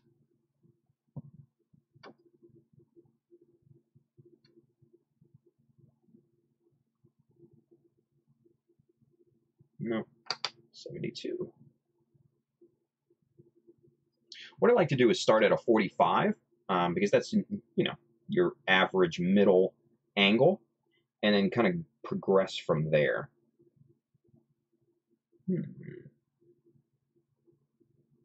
Let's go 73. And then it's just a matter of trial and error to get it dialed in correctly. And then you'll see the lines become perfectly parallel. And these are not. Man, okay, well, let's go 74. And you just got to basically nibble away at the angles, and that should...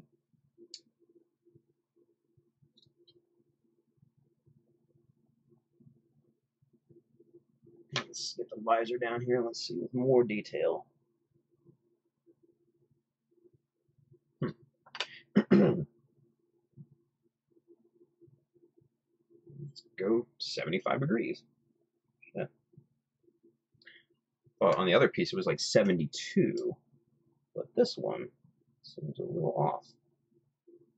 And I think we have a winner. So right there, you can see how the swing arm here matches up perfectly to this angle here, right? And you can just kind of slide that back and forth, and it just matches perfectly. So that is our angle for this piece, 75 degrees here on this little guy. So to match that, we just, let's see, pull out the strip that we want right here. And we can actually use this tool as kind of like a cutting guide as well. Now, we could use the chopper, but finding the angle on the chopper would be problematic, because if you don't have like a consistent stop block like this 45-degree angle and the 60-degree angle here, it's going to be super tough. It's going to be super tough. So using this as a way to cut your strip, it works wonders. Now, I like to use my little chisel blade here and just use the flat edge, bump that right up against the swing arm, and then just bring that down right onto the piece. And there, let's get you zoomed in to see this here.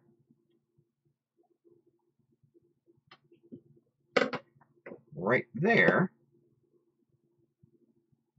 wow, you have a perfectly 75-degree cut, right? That matches up really super nice. So, let's see. Ron Art says, what tool are you using there? Good question, Ron. This is a metal protractor. This is from a company called General. And you can actually find this on the Facebook link on this way, that way, in the description on my Amazon page. I already sourced this out. It's like $8-9, something like that. And this is great for finding different angles on parts and things of that nature. So good question there, Ron. All right, so let's get the skirt back in here. So we've got our strip cut at, we hope, the right angle. And let's match this up here, shall we?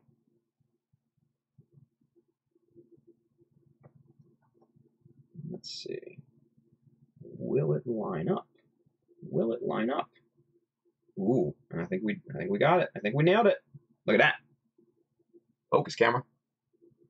Nice and parallel to that edge. Look at that. Look at how flat and parallel that is. That, my friends, is a winner in my book. So 75 degrees is the angle that we need.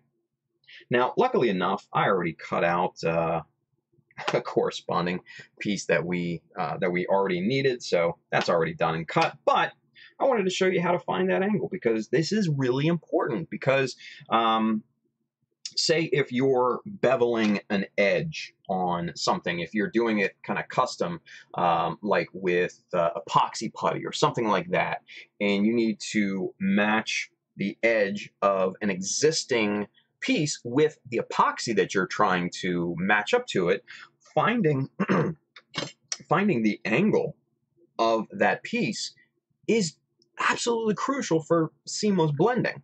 I had to do that on the Aussie, and if you take a look at the whips on there, you'll see kind of how I matched all that up.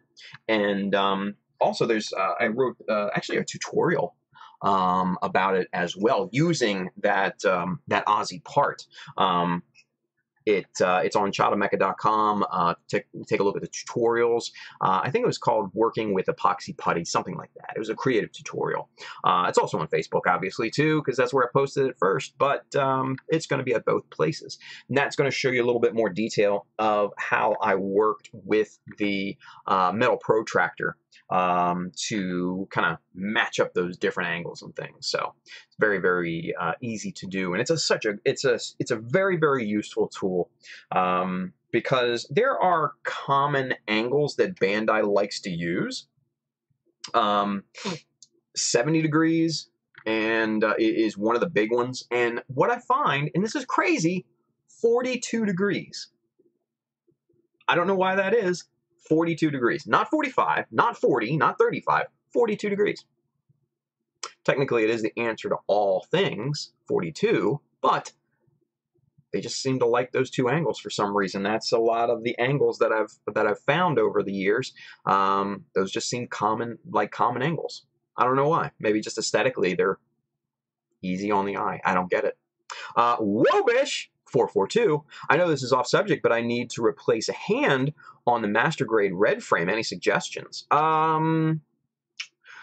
First thing I would probably do is take a look on some of the sales pages, like on Facebook and stuff like that, because if you post on there, in search of, so 1 second. Bailey says, Hitchhiker's Guide, just talked about that yesterday with the fam. It's classic. It is. So anyway, back to Wobish.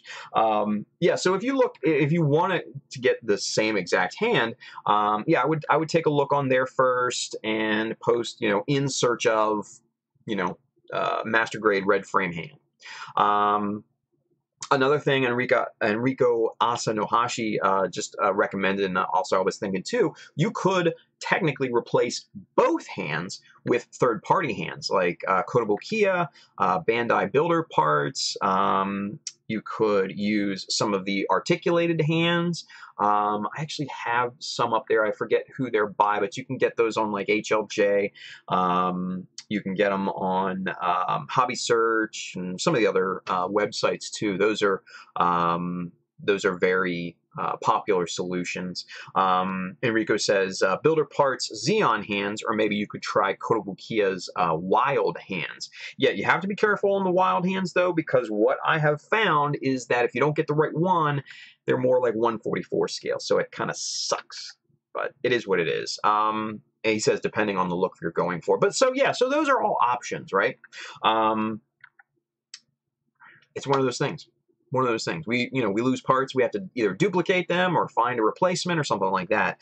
Andrew Young, who was in here before, he lost a part to I think it was a Zeta 2.0 Master Grade, and I just happened to have one, and just sent it to him. And yeah, he was able to finish his model last year because of it. So yeah, so you can ask around, post in those sales groups. There's a few of them out there. There may be one actually even local to you. Not sure where where you are in the world, but yeah, those are all hobby base. Thank you, Enrico. Yes, I think that is the name of those articulated hands, hobby base. They're pretty decent. They're not great, but they're a good replacement. Let's put it that way. But back to Wobish. Yeah, post on those Facebook sales pages. You never know what you could find. I posted back there on those pages back in like 2014, and I was able to find a used excess Master Grade to complete my Hummingbird with. So you never know. One man's trash is another man's treasure, literally at that point. So yeah, I would probably do that first. And then after that, if you've exhausted that option, switch them out. Switch them out to third-party hands or something like that. So, options, right? Let's go back to stream or one camera here. There we go. I like talking to you guys like this. I don't like to keep it in two camera because it's just a little window of me. So Bailey says the Builder Parts hands number 3 tend to be for AU mobile suits, which are smaller, Wing, X, G, Seed, but I don't know if Astray fits that proportion. They probably should. I mean, since the Astray is technically a Gundam Seed kind of offshoot, so they probably should, I guess, right? But Builder's Parts hands number 3, Wobish, Bailey is suggesting. So that's an option too. So good luck to you, man. So good stuff. Enrico Asanohashi says the problem with those hobby base hands is that they are ABS plastic, so you should be careful with lacquer paints. Yeah. Make sure you prime them really good, coat them the whole 9 yards, because that will be a bad day if you don't. So I just didn't like, they were a little flimsy from my experience too. The Jesta has articulated hands. The Sinanju Stein, that was the base of the Ozzy, had articulated hands. While they're not perfect. They are better. Bandai has a better, I think, technology to mold those hands than Hobby Base does. So I do like Bandai's articulated hands. Yeah, those will serve in a pinch, I guess, right? So. Wobush says, what primers do you guys use? Good question. I like Mr. Color products. I use Mr. Surfacer 1000. You can use 1200, or they actually make a finish surfacer, which should be used on top of your normal surfacer once you've sanded that down nice and smooth. 1500 is a finishing surfacer. It's I don't think it's great to use on its own because it's a little weak in terms of bond to the plastic. But 1000 and 1200 are what I use. Usually I use 1000. Yeah, that's what I use. Or Tamiya gray primer, they're fine. Tamiya fine in whatever color that will float your boat too. That's a really good primer as well. If I have run out of Mr. Surfacer, I wouldn't hesitate to use Tamiya because it's almost as good. It just doesn't come in a jar. So I like to thin the jar of Mr. Surfacer and do it that way. So, Julius Dembski, I'm trying to buy some things from your Amazon list. Can you walk me through how I can do it so you get credit? Oh, dude, don't even worry.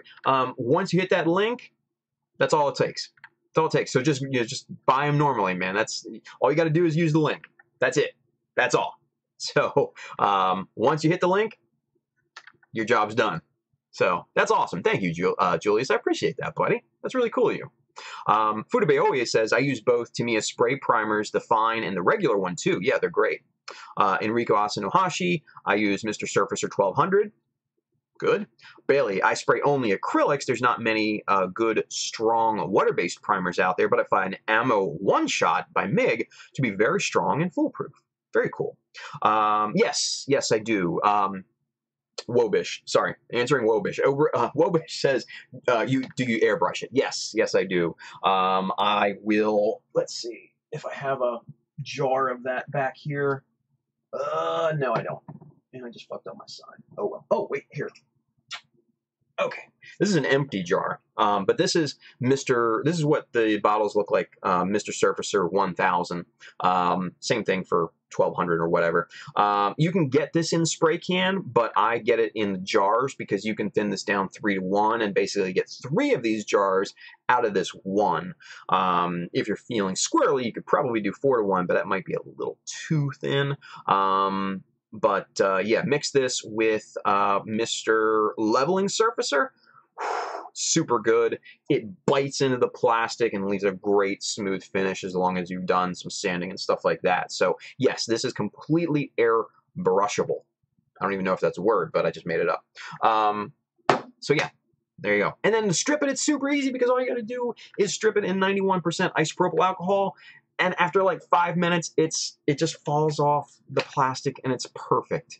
So stripping it couldn't be any easier as well. So that's why I like using lacquer or solvent-based products like that.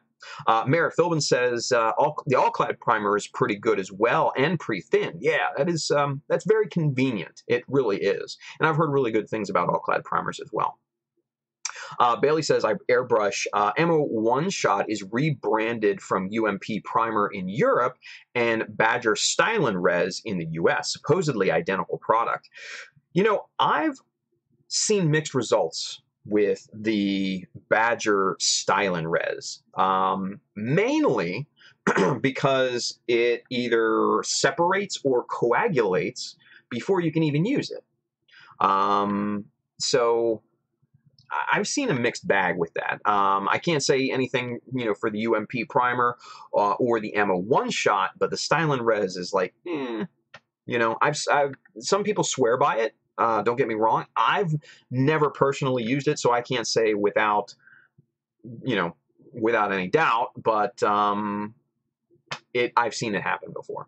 So, Enrika Asanohashi says, I should try Alclad's primer.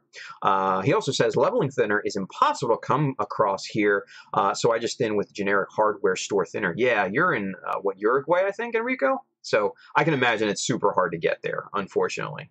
So yeah, at that point, you got to go with what you got, right? Yeah, so generic hardware store thinner, if you don't have access to, Mr. Leveling Thinner, go with what you got. But man, if you can get Mr. Leveling Thinner here, especially here in the U.S., we've got a bunch of different resources to get it here, even online. USA Gundam Store, the Volks Store, Volks USA Store, they all carry Mr. Leveling Thinner, and they usually have pretty good stock of those as well. Those are great places to get those online. Some hobby stores carry racks of Mr. Color. My local, before it closed, carried it, but then it closed, so fuck me, right? Bailey says, I've heard that too. It was an issue with the batches sold by Amazon. Yes! Stored in their warehouses with no climate control. Yeah, interesting. So I guess maybe it was just like a confined incident to with the Amazon stock, maybe. I don't know. He says, Bailey says, a good friend had that experience too. Supposedly, Badger reconfigured the formula to account for being warehoused in less than optimal conditions. Interesting. Fudube always says, I bought my leveling thinner from USA Gundam Store. There you go. Awesome. Awesome. So yeah, if you can get Mr. Leveling Thinner, it's magic in a bottle, you guys. I love it. I love that stuff. Wobish says, love that name. Thanks for answering all my questions. I don't usually get to watch stream live, so all these questions have been adding up. Love your streams. Thanks for doing it. Dude, thank you. Thank you for watching, man. That's awesome. I love that. And I think I don't want to assume by saying man, but let's face it, most of us are guys, right? I think Iris, lovely Iris, is probably the one exception, right? Let's see. Enrico Asanohashi says, yeah, Uruguay, I'm lucky to be able to find Mr. Color stuff. There's only one hobby shop in the whole country, and it's 500 kilometers away from me. Holy shit, dude. Man, yeah, I swear. The Central American modelers and the South American modelers, I don't care what anybody says, they are the most hardcore Gunpla modelers on the face of the earth. Absolutely. With the shit they have to go through with the lack of hobby stores, and then also some of the messed up online shopping rules that some of the countries have. Man, just to stick with this hobby through all of that, man, you guys are freaking hardcore, dude. I don't know if I could have lasted in this hobby with all those challenges, to be honest with you. That's tough. That's super tough. So, man, all respect due to my Central America, South America guys. Man, it's just, ay. Carlo Castro confirmed what Bailey said about Badger, the silent res. Yeah. Wobish442, got it. Nice. All right, so let's do a time check. 12:02. So I think that it's probably going to do it for this week, you guys. Overall, I think we had a pretty good time here. 2 hours of bliss, right? Good way to start the weekend on a good stream, right? So, donate. Please donate to the Gunpla Talk fundraiser / giveaway if you have the means. If not, we understand. That's, times are tough for everybody, no matter where you are. If you're not in the position to donate, give us a share. GoFundMe.com / Gunpla Talk. That's where you can find the donation page. One lucky winner will win a perfect grade Astray red frame. 6 others will be winning a little resin bust from my good friend When I'm On, Paint Pusher, GBWC World Champion back in 2015. And then, like I said, Ace Schultz, Berconateer, who's on our stream a bunch of times in the chat, he's going to be sending us some stuff too to donate or to give out to winners as well. So, man, the prizes are adding up, you guys. So if you have not had a chance to donate, man, you are slowly getting a better chance to win something, right? So, dude, if you haven't donated, now's the time, you guys. Now is the time. So, GoFundMe.com/Gunpla Talk. That's what you should go to. Go donate some money. It's to a good cause. The National Alopecia Areata Foundation. Just make you feel good by donating, right? Doing something good for the world. So go donate some money to that. There's no minimum. There's no maximum either.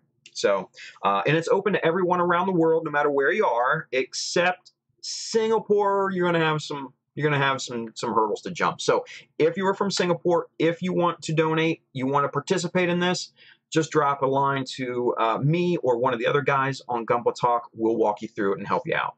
Okay. So with that, Amaro t-shirt, man, so classic, so nice and so clean, just pure white with the red. It's just such a nice look. You can pick this up on the Child of Mecha store. Hit up childofmecha.com, hit the store up at the top. There you'll be transported into a wonderful world of Gundam products, t-shirts, hats, bags, in the future, pillows and stuff like that too. I just posted, I forgot to tell you guys at the top of the stream, I just posted all 5 variations of Chisel Discipline shirts. Those are up. Those are live right now. You can go buy them in a bunch of different colors. Yes, we have a black one for those of you guys that are still into black t-shirts. I'm not going to say anything. But we've got the OG, the tan one with the red. We've got a nice athletic gray with a blue chisel on it. They're awesome. They're super, super awesome. Really good color combinations. Very classic looking color combinations as well.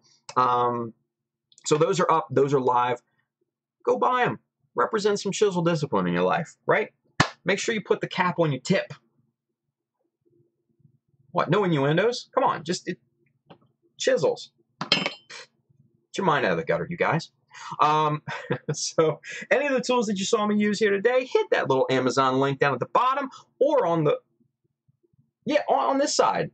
I got it right again, you guys. I didn't point this way. It was this way on Facebook. On this side in the Facebook description, and you'll find most of the tools that I use here. You'll find books to give you crazy inspiration for your next project. You also find the streaming gear that we use to make this stream and Gunpla Talk happen. And by the way, the next episode of Gunpla Talk is going to be the 22nd, Saturday the 22nd. We don't have a topic. We don't have a guest or anything like that yet. We're still kind of figuring that out. But that will be next weekend. Not this weekend, but next weekend. So stay tuned for that. We're going to be bringing out more information about that this week. So, what else? I think that's it, right? I think we covered everything.